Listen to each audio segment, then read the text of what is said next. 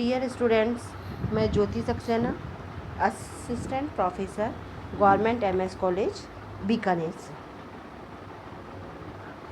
Dear student, हम last topic में नगर पालिका के बारे में डिस्कस कर रहे थे। नगर पालिका क्या है, इसका संगठन किस तरह से है, इस सब के बारे में हमने आपसे डिस्कस कर लिया था। इसी संगठन में हम आज आगे नगर पालिका में अध्यक्ष हम कर चुके थे। उसके बाद आज हम उपाध्यक्ष के बारे में चर्चा करेंगे।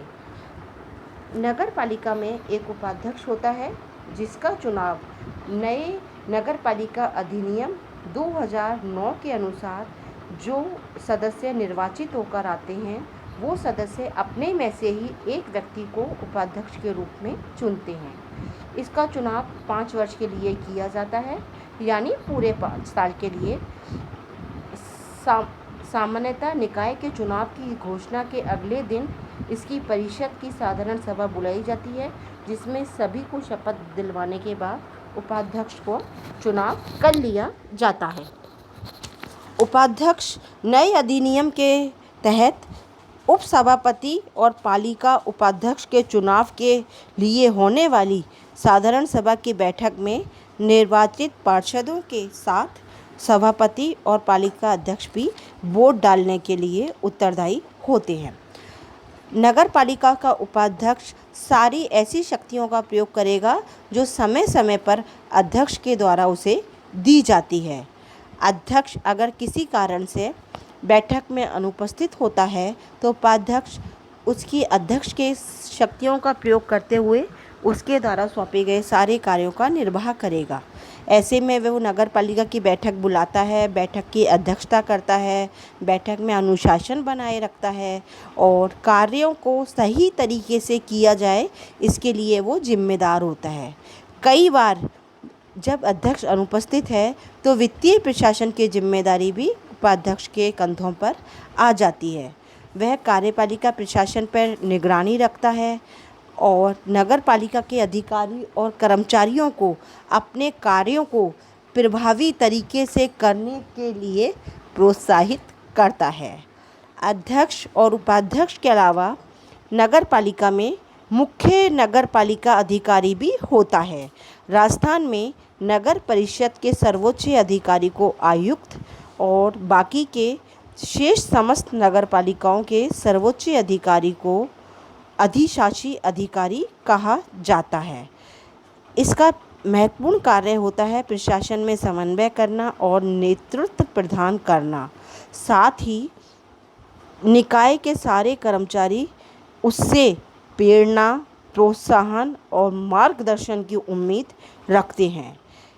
इस अधिकारी के गुणों के ऊपर ही प्रशासन की सारी कार्यकुशलता या प्रभावीपन निर्भर करता है। नीति निर्माण, श्रेष्ठ अच्छा निर्णय कैसे लिया जाए, साथ ही नगर पालिका की परिषद और समितियों को आवश्यक सूचना, सामग्री, आंकड़े यह उपलब्ध करवाता है। यह कर्मचारियों को नियंत्रित रखता है। उच्च अधिकारी के विरुद्ध अनुशासनात्मक कार्रवाई भी नगर पालिका अधिकारी कर सकता है। भारत में सभी राज्यों में इस अधिकारी की नियुक्ति और उसका ट्रांसफ़र राज्य सरकार के द्वारा किया जाता है। बड़ी नगर परिषद में तो प्रशासनिक सेवा या राजस्थान प्रशासनिक सेवा के अधिकारी को इस पद पर लगाया जाता है, लेकिन अगर छोटी नगर परिषद है तो वहाँ राजस्थान प्रशासनिक सेवा के अधिकारी को लगा सकते हैं। शेष नगर पालिकाओं में अधिशासी अधिकारी जो नगर पालिका सेवा के होते हैं इस पद पर लगाए जा सकते हैं। नगर परिषद में इस पद पर नियुक्त अधिकारी नगर निगम के आयुक्त की तरह ही काम करता है। नगर पालिका के तकनीकी कर्मचारी कार्यकारी अधिकारी के नियंत्रण में काम करते हैं, पालिका अध्यक्ष के साथ परामर्श करते हैं तथा सहायक कर्मचारियों की नियुक्ति भी पालिका अध्यक्ष के परामर्श के बाद ही की जाती है। पालिका अध्यक्ष को कार्यकारी अधिकारियों को निर्देशित करने का परिणाम यह निकलता है कि पालिका अध्यक्ष प्रमुख समर्थक कार्यकारी अधिकारी के दिन प्रतिदिन के कार्यों में दखल होती रहती है। कभी कभी ऐसा लगता है कि नगरपालिका के पार्षद और प्रशासनिक कर्मचारी दो भागों में बढ़ जाते हैं और ऐसे में नगरपालिका राजनीति का अखाड़ा बन जाती है, यानी वहाँ पर अविश्वास, तनाव और मतभेद बढ़ते चले जाते हैं। नगरपालिका अधिकारी नगरपालिका के सभी अभिलेखों और रख रखाव के लिए भी जिम्मेदार होता है। मुख्य नगरपालिका अधिकारी राज्य सरकार द्वारा निर्मित प्राधिकृत किसी भी अधिकारी को इस नियमों के अधीन रखते हुए समस्त संकल्प अनुज्ञप्तियों जो इस अधिनियम के तहत नगरपालिका समिति या अध्यक्ष के आदेश द्वारा मंजूर किए जाएंगे, अपने हस्ताक्षरों से उन्हें प्रमाणित करता है। अगर नगरपालिका अधिकारी उसे प्रमाणित नहीं करता तो वह वैध नहीं होते।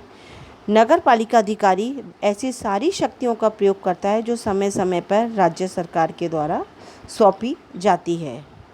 नगरपालिका को भेजने वाले सारे पत्र मुख्य नगरपालिका अधिकारी के नाम से ही भेजे जाते हैं। मुख्य नगरपालिका अधिकारी के कुछ और भी काम हैं।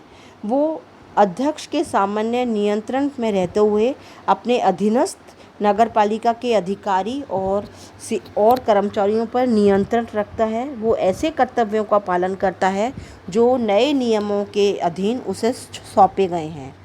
उसकी बैठक में विचाराधीन किसी भी विषय के बारे में वो स्पष्टीकरण तो देगा, लेकिन उस पर मतदान नहीं कर सकता। नगरपालिका की संपत्ति के संबंध में कोई चोरी, हानि या कुछ दूसरी समस्या हो गई है तो इसकी रिपोर्ट नगरपालिका को करेगा। नगरपालिका के लेखाओं की जांच के समय यदि कोई अनियमितता आ गई है तो उसको हटाने के लिए नगरपालिका अधिकारी कदम उठाएगा। नगरपालिका द्वारा कोई भी विवरण, लेखा या रिपोर्ट, कोई भी दस्तावेज या उसकी प्रति देने के लिए वह उत्तरदायी होता है।